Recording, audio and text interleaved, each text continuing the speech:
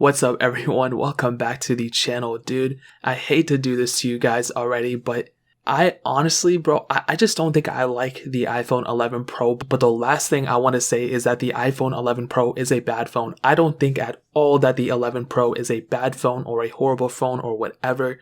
I just think that coming from the previous model, it's really not that big of an upgrade, but also for the amount that you're spending on this phone, I don't really think it's worth the money, So I kind of waited this opinion out until I fully tested it, compared to all those other phones, used it, all those different things. And, I honestly, I don't want to say I have the most experience with this phone, but if you look back on my channel, I've done extensive testings on literally comparing it to all sorts of phones. And honestly, I plan on keeping it. Maybe I'll use it as a main phone. I don't know. But I just think there's a couple of things that kind of irk me and rub me the wrong way about this phone. Now, some of them are upgrades from the previous models, but when you look at the industry, when you look at competitors like Samsung, OnePlus, LG, all those different phone manufacturers, even LG, that they're like out of nowhere, nobody even talks about them anymore. But I think for what you're getting from a phone like this versus the competitors, more so Samsung and OnePlus, I think there's definitely some things that can be improved on the iPhone 11 Pro. Now, the battery from the previous model is definitely better, okay?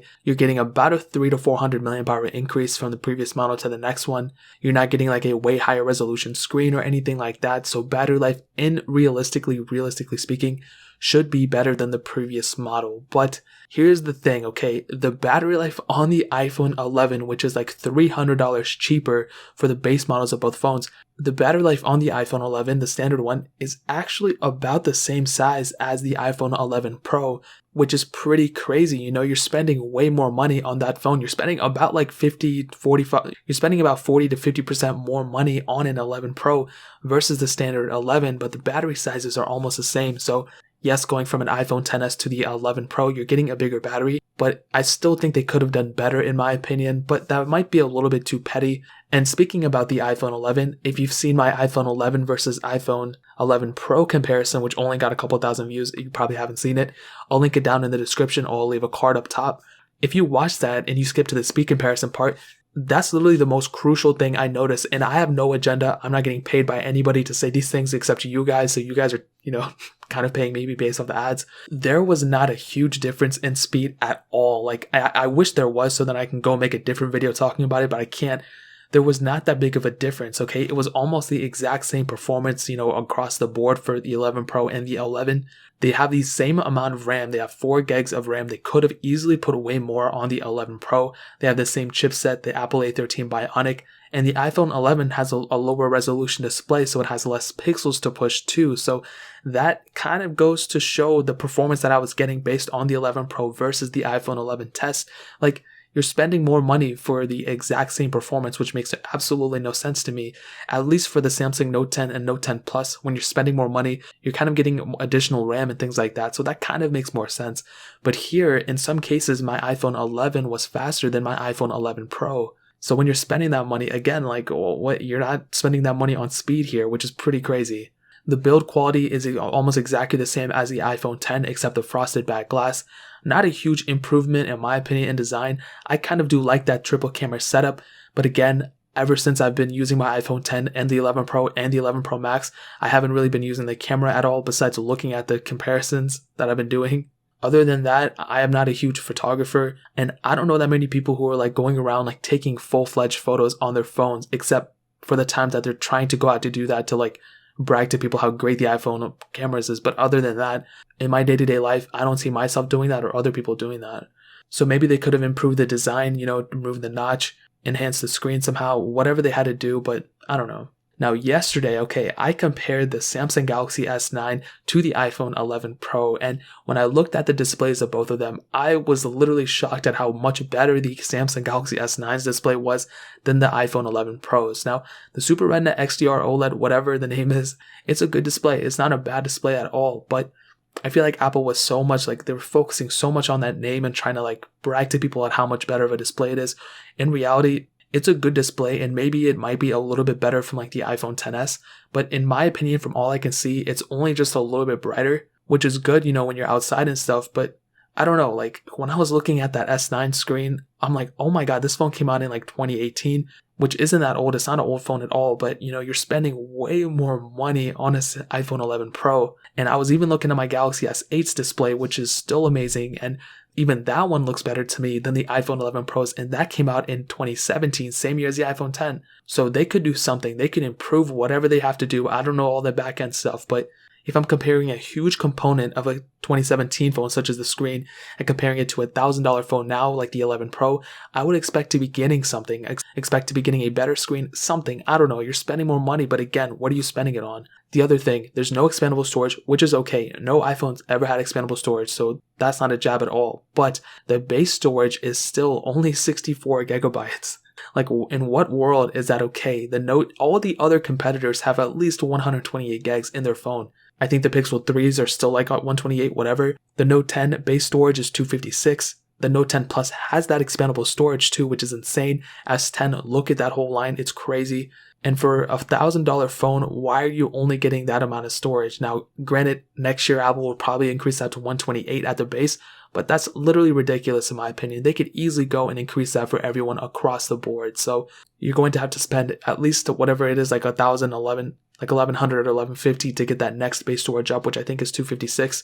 But dude, like, Apple could do so much better in my opinion there too. So again, not necessarily a jab for the expandable storage thing, but that base storage option is just ridiculous. They need to go and increase that for the next version. Hopefully they will. Now this next thing, it's been beaten to death, but dude, there's no Force Touch on the 11 Pro, but they replaced that with haptic feedback, which is okay. It's not a big deal. This is why I kind of put it towards the end, because it's really not that big of a deal anymore. But it's kind of weird when the previous models had a feature that, the newest iPhones don't have. When I was comparing the iPhone 11 Pro to the Galaxy S9, which was kind of a random comparison, I understand, but I learned so much from that comparison when I was doing it.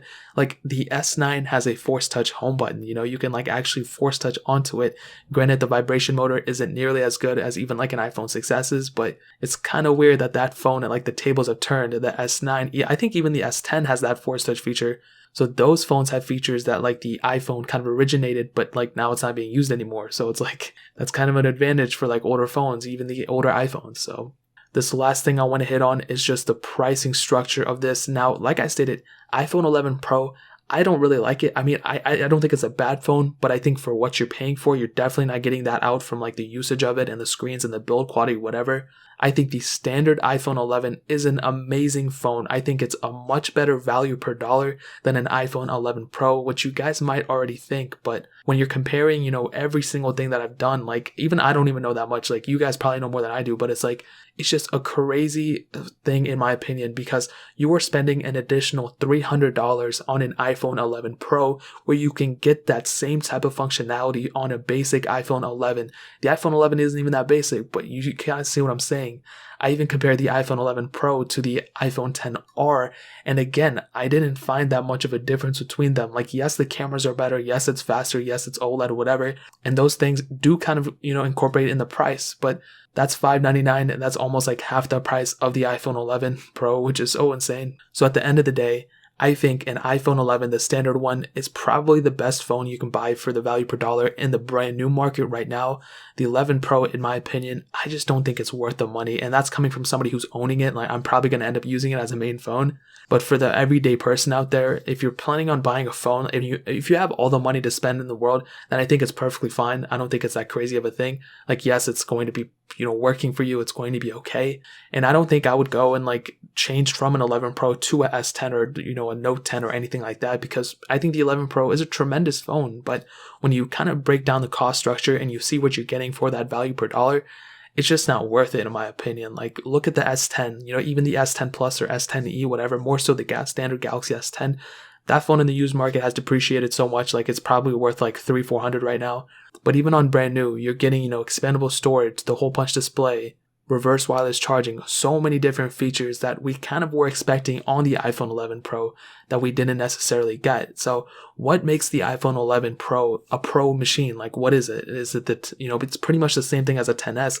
There's really nothing that explains to me that it is a pro machine besides the camera. And you already kind of had the functionality on an iPhone 11. You just don't have that telephoto lens. So what is it? What are we spending more money on? So in my opinion, the iPhone 11 Pro, tremendous phone, huge advantages. You have crazy cool little things. but definitely has a less value per dollar than an iPhone 11, and that's why I don't necessarily like it. I'm not even sitting here saying like the Galaxy Note 10 and S10e, you need to go get those instead or anything. I'm not saying that. I'm saying instead of getting an 11 Pro, you should consider getting an iPhone 11 if you want, based off the pricing structure they're at right now. But that's kind of all I have to say, dude. This is a huge, like, I was supposed to spend like 4 minutes talking about this. I ended up going over like 11 minutes now, which is crazy. So if you guys have any questions or anything, leave them down in the comment section below. Let me know. Do you guys agree with me? Do you disagree with me? Do you whatever? Let me know. Maybe I'm completely wrong. I don't know. Maybe I'm completely right. Let me know in the comment section below what you guys think. Hit that like button. That'll mean so much, but definitely hit that subscribe button. Guys, I'm still doing my iPhone XR giveaway. I feel like the XR is like the new SE, so I'm going to start like recommending that to people now. If you want to enter that giveaway, all you have to do is click that second link down in the description. It'll take you to a video. Watch that video in its entirety. It'll explain exactly how to enter. It's completely free. I just want to say thank you so much to you guys for helping to support the channel. The views are up like crazy. You guys are showing awesome engagement. So I appreciate this so much. Thank you so much, guys. I literally love all you guys. And I even tweeted that the other day and you guys love me even more. So check out the other links down in the description as well. My Twitter, my Instagram, my second channel. All those links are linked down below. I'd really appreciate it if you guys could check it out. But more importantly than everything else, I love every single one of you guys. Hopefully I'll catch you guys in the next video. Peace out, for that.